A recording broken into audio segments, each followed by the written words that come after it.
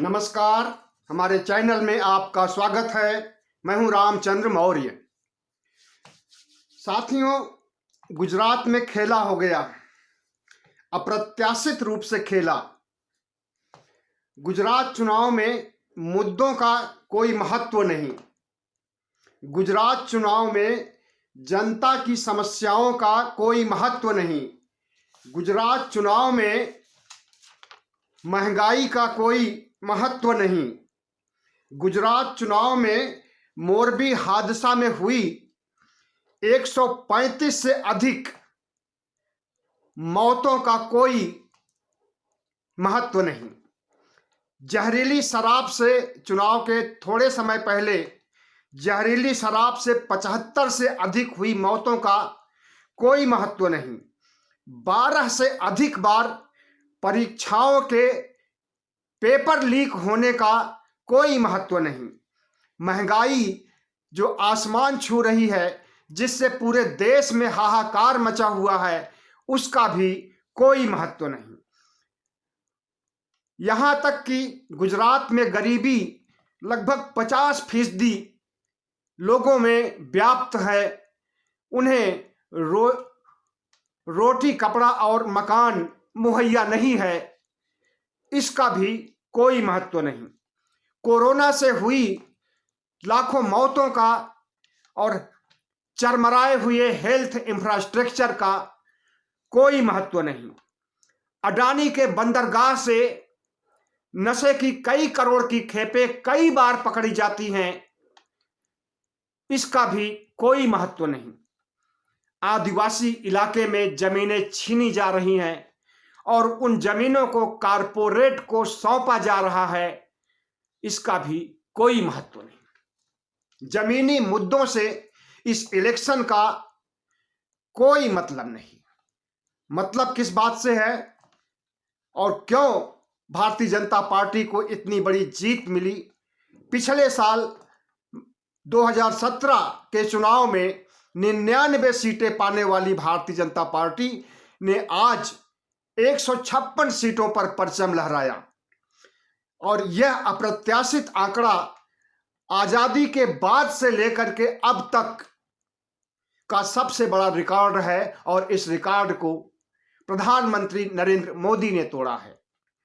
सिर्फ गुजरात के रिकॉर्ड नहीं, बल्कि भारत के रिकॉर्ड को पश्चिम बंगाल एक ऐसा राज्य रहा है जहां पर 30-31 सालों तक कम्युनिस्ट पार्टी का शासन रहा है, उनका भी रिकॉर्ड प्रधानमंत्री नरेंद्र मोदी ने तोड़ दिया। अब ये 27/5-32 साल का रिकॉर्ड हो जाएगा इनका गुजरात में राज करने का। तो साथियों, आजकल या यूं कहें कि सिर्फ गुजरात चुनाव में ही मुद्दों का कोई महत्व नहीं है, जन समस्याओं का कोई महत्व नहीं है, जमीनी हकीकत का कोई महत्व नहीं है। और महत्व है तो किसका महत्व है? हिंदू मुस्लिम ध्रुवीकरण का महत्व है।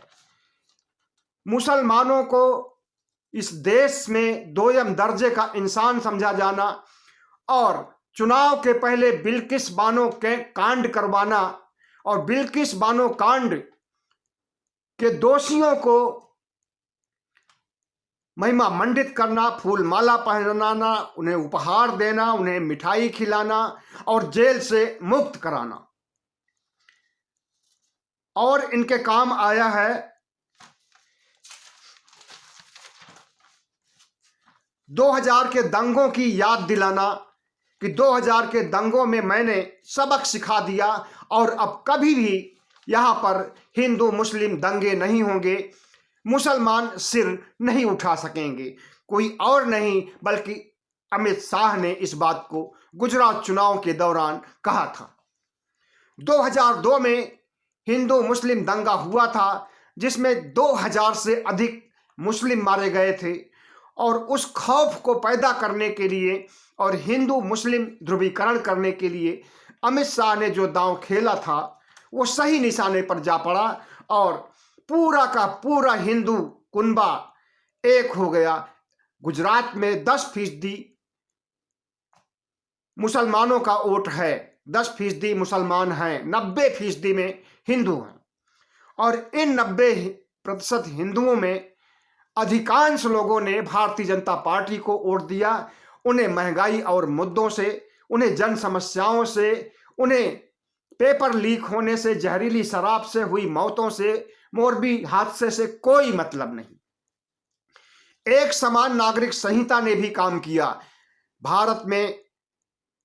भारत बहुआयामी और विविध धर्मी तमाम तरह की संस्कृतियों का देश है और इन संस्कृतियों के तहत भारतीय जनता पार्टी ने यह घोषणा कर दी गुजरात में कि एक समान नागरिक संहिता, एक समान पूजा पद्धति, एक समान पहनावा और एक समान हर कुछ होना चाहिए और होगा।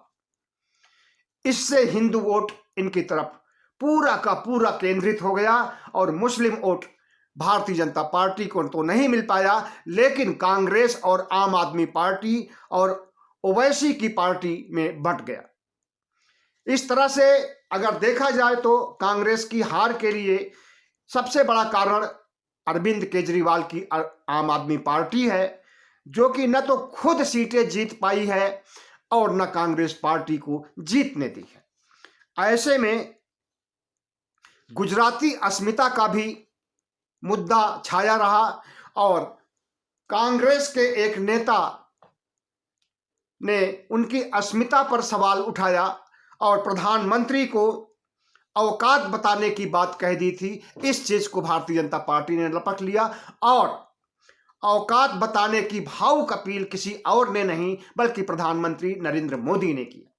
और दूसरी बात, भावुक अपील के साथ साथ गुजरात की अस्मिता, गुजरात की पहचान, गुजरात मॉडल का खौफ पैदा किया गया और कहा गया कि अगर गुजरात मॉडल नहीं बचेगा और गुजरात में भारतीय जनता पार्टी नहीं बचेगी तो फिर उसका केंद्र में आना भी मुश्किल हो जाएगा। गुजरात के हाथ में है, भारतीय जनता पार्टी की लाज बचाना गुजरात के हाथ में है, हिंदुत्व की रक्षा करना गुजरात के हाथ में है। प्रधानमंत्री नरेंद्र मोदी के करिश्मे को बरकरार रखना। प्रधानमंत्री नरेंद्र मोदी अपने किले में को बचा लिए, ये बहुत अच्छी बात है, लेकिन वही प्रधानमंत्री नरेंद्र मोदी जिनके चेहरे पर गुजरात में बम्पर वोट मिला है, वही नरेंद्र मोदी हिमाचल में उनका चेहरा फेल हो जाता है और पार्टी की हार हो जाती है बुरी तरह से।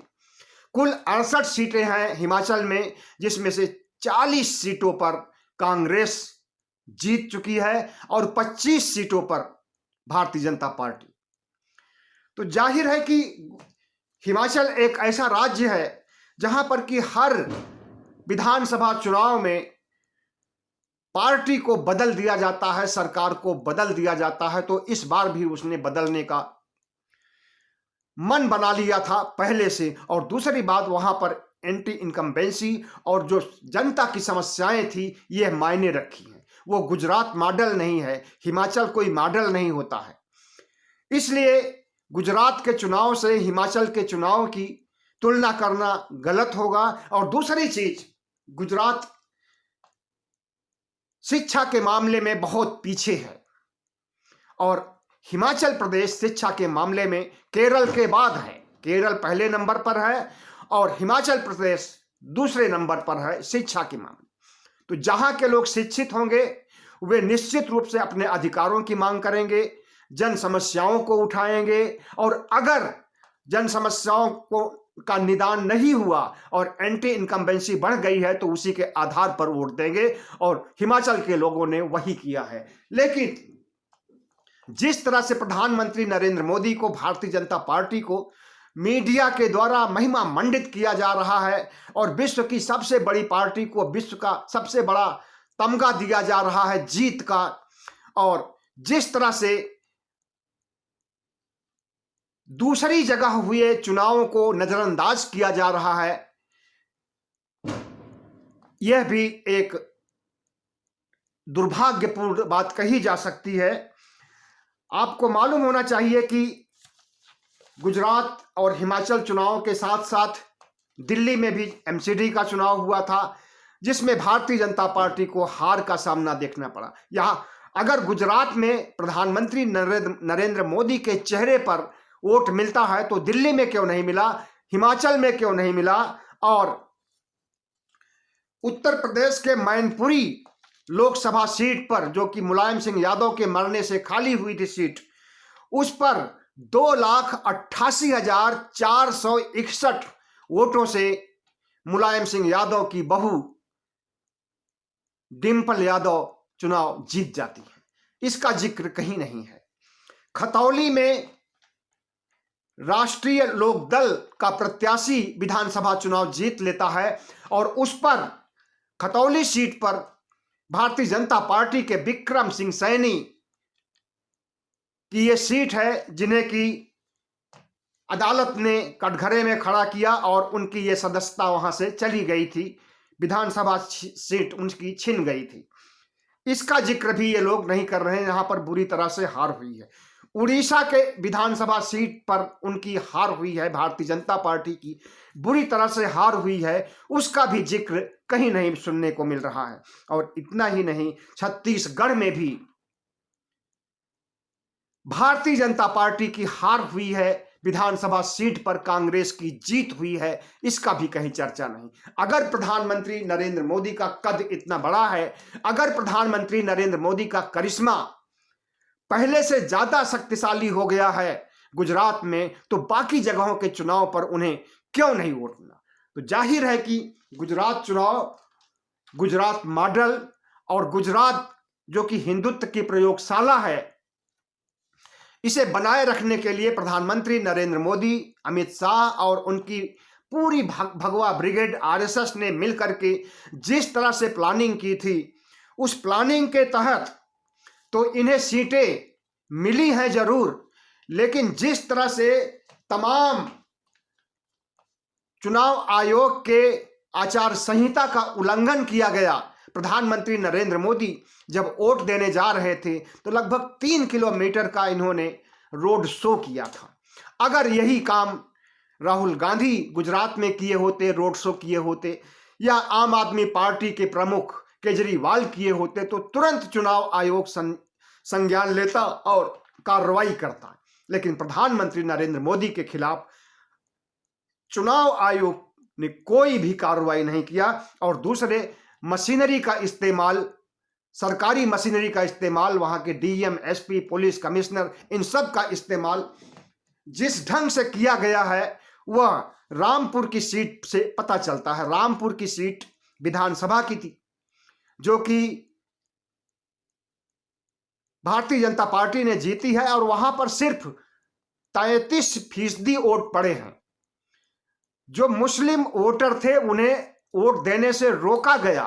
पुलिस के लोग, प्रशासन के लोग उन गांव में जाकर के वोटरों को आने ही नहीं दिया था, पोलिंग बूथ तक उनके साथ मारपिटाई की गई और उनके साथ बदसलूकी की गई।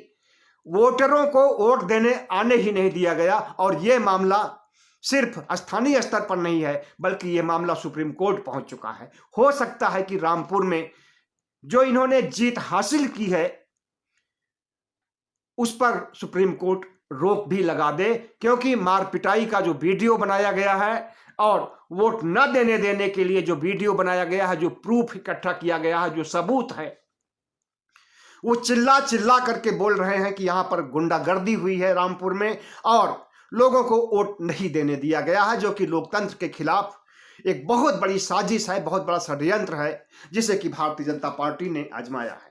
तो जाहिर है कि जो भारतीय जनता पार्टी के पक्ष में अगर गुजरात में उन्हें मत मिला है, सीटें मिली हैं, लेकिन पूरे भारत में जहां जहां उपचुनाव हुए हैं, चाहे वो लोकसभा के चुनाव हुए हों, चाहे वो विधानसभा के चुनाव उपचुनाव रहे हों, वहां पर भारतीय जनता पार्टी की बुरी तरह से हार हुई है। तो इस चुनाव को, उपचुनावों को लोकसभा के चुनावों से नहीं जोड़ा जा सकता है, और अगर जोड़ा जाएगा तो सिर्फ गुजरात में भारतीय जनता पार्टी की जीत हुई है, रामपुर में जीत हुई है, और बिहार के एक सीट पर, विधानसभा सीट पर जीत हुई है, वो भी ओवैसी की वजह से। आधे से अधिक राज्यों में और लोकसभा सीट को प्रधानमंत्री नरेंद्र मोदी, अमित शाह की पार्टी ने हारा है। इसका प्रचार कहीं नहीं हो रहा है। लेकिन गुजरात में 156 सीटें आ गई तो उसका जो है दुंदुभी बजाई जा रही है, ढोल पीटा जा रहा है, नगाड़ा पीटा जा रहा है गोदी मीडिया के द्वारा। जाहिर है कि आज जो भारतीय जनता पार्टी के प्रमुख नरेंद्र मोदी का भाषण हुआ है, उस भाषण से तो गुजरात चुनाव की झलक कम आती है, लेकिन लोकसभा चुनाव की झलक जरूर आती है। लोकसभा चुनाव का प्रचार उन्होंने आज से ही यानी 8 दिसंबर से ही शुरू कर दिया है। आपको याद होना चाहिए कि 10 मार्च को जब उत्तर प्रदेश चुनाव संपन्न हुआ था तो उस समय भारतीय जनता पार्टी की जीत हुई थी, और जैसे उधर जीत होती है वैसे ही प्रधानमंत्री नरेंद्र मोदी गुजरात की ओर रुख करते हैं और गुजरात में प्लानिंग करने के लिए, चुनाव जीतने के लिए, तौर तरीके बनाने के लिए पहुंचते हैं और नीतियां निर्धारित करते हैं। तो मार्च से उन्होंने शुरू किया था और दिसंबर तक कड़ी मेहनत की है, इससे इनकार नहीं किया जा सकता है। और दूसरी बात, आज 8 दिसंबर को गुजरात का चुनाव खत्म हुआ है और आज ही लोकसभा चुनाव का प्रचार प्रधानमंत्री नरेंद्र मोदी ने जिस तरह से घंटे भर के भाषण में किया है उसे भी अच्छी तरह से समझा जा सकता है। एंटी इनकम्बेंसी हवा हो जाए कोई बात नहीं, तमाम जनता की समस्याएं हवाई हो जाएं कोई बात नहीं, लेकिन प्रधानमंत्री नरेंद्र मोदी अपने मंत्र से, अपने चेहरे से, अपने करिश्मे से भारतीय जनता पार्टी को जिताते जा रहे हैं। और जिस तरह से वोट हासिल किए जा रहे हैं, कहीं गुंडई के आधार पर, कहीं हेरा फेरी के आधार पर, और कहीं आपको मालूम होना चाहिए कि प्रधानमंत्री नरेंद्र मोदी ने गुजरात में 34 रैलियां की हैं और कई रोड शो भी किए हैं। और राहुल गांधी ने कितने किए? सिर्फ 2 रैली 2 दिन में। तो इसका असर तो पड़ेगा ही। एंटी इनकम्बेंसी को गायब करने के लिए या उससे लोगों का ध्यान हटाने के लिए प्रधानमंत्री ने जो फार्मूला अख्तियार किया है उससे भी इन्हें वोट ज्यादा मिले हैं। तो जाहिर है कि भारतीय जनता पार्टी एक ऐसी पार्टी है जो कि साम दाम दंड भेद हर तरह के तौर तरीके इस्तेमाल करती है, वो तौर तरीके चाहे जायज हों या नाजायज हों। बहुत बहुत धन्यवाद। हमारे चैनल को सब्सक्राइब कीजिएगा, लाइक कीजिएगा और शेयर कीजिए।